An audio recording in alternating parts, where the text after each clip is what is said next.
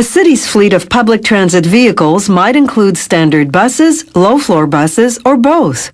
Low-floor buses have a special kneeling feature. When they pull up to the bus stop, they can mechanically lower themselves to curb height to make boarding easier for children, senior citizens, and handicapped people. This low-floor bus is 12.2 meters long and can carry more than 80 passengers. To build the bus's internal structure, workers put stainless steel bars into a press. It applies between 80 and 100 tons of pressure, bending them to the required shape. Workers assemble the structural pieces on a support frame called an assembly jig. They use an electronic inspection arm to verify their work.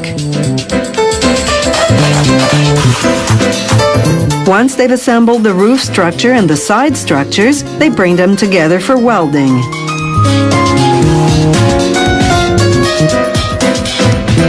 Everything goes on a rotating jig. It turns like a giant rotisserie, giving workers easy access to whatever part of the bus they need to weld.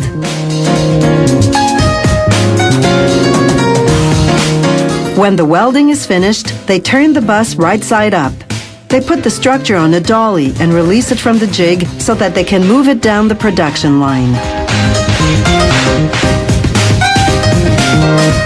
Meanwhile, the stainless steel structure for the floor of the bus takes shape.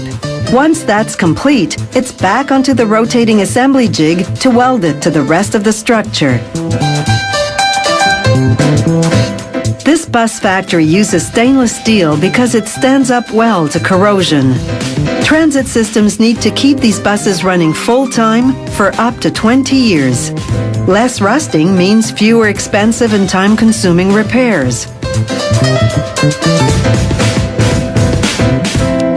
Workers now move the completed structure to another part of the factory where they spray the underframe and lower section with a black anti-abrasion coating. This protects against the noise and damage that stones and other road debris cause when they hit the bottom of the bus. Next, workers apply high-strength glue to the floor structure and lay down a subfloor. Then they drive in screws for reinforcement. Now they turn the bus upside down to install 4 tanks of compressed air under the roof. 3 are for the brake systems, the 4th for the doors and other mechanisms. Melamine ceiling panels hide everything that's under the roof. Next, the engine's radiator goes in at the rear of the bus. Then workers turn the bus right side up again and lay down a waterproof vinyl floor covering that's specially designed to withstand heavy-duty transit use. They cover the sides and roof with fiberglass panels. To prevent corrosion, workers use glue rather than screws or rivets. Then they attach the fiberglass front of the bus to the rest.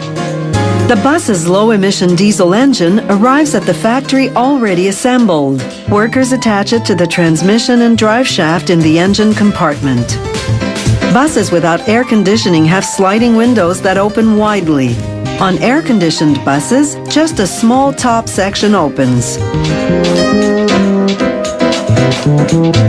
The upholstery on the molded fiberglass seats is a velour-like fabric woven onto a strong canvas, then glued onto a fiberglass insert.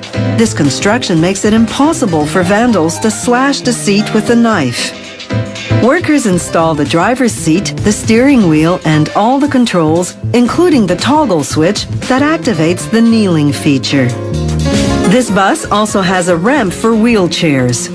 A safety system locks the accelerator pedal and applies the brakes to prevent the bus from moving when the ramp or kneeling features are in operation. The finished bus undergoes a half-hour water infiltration test with all the systems running. This ensures there are no leaks.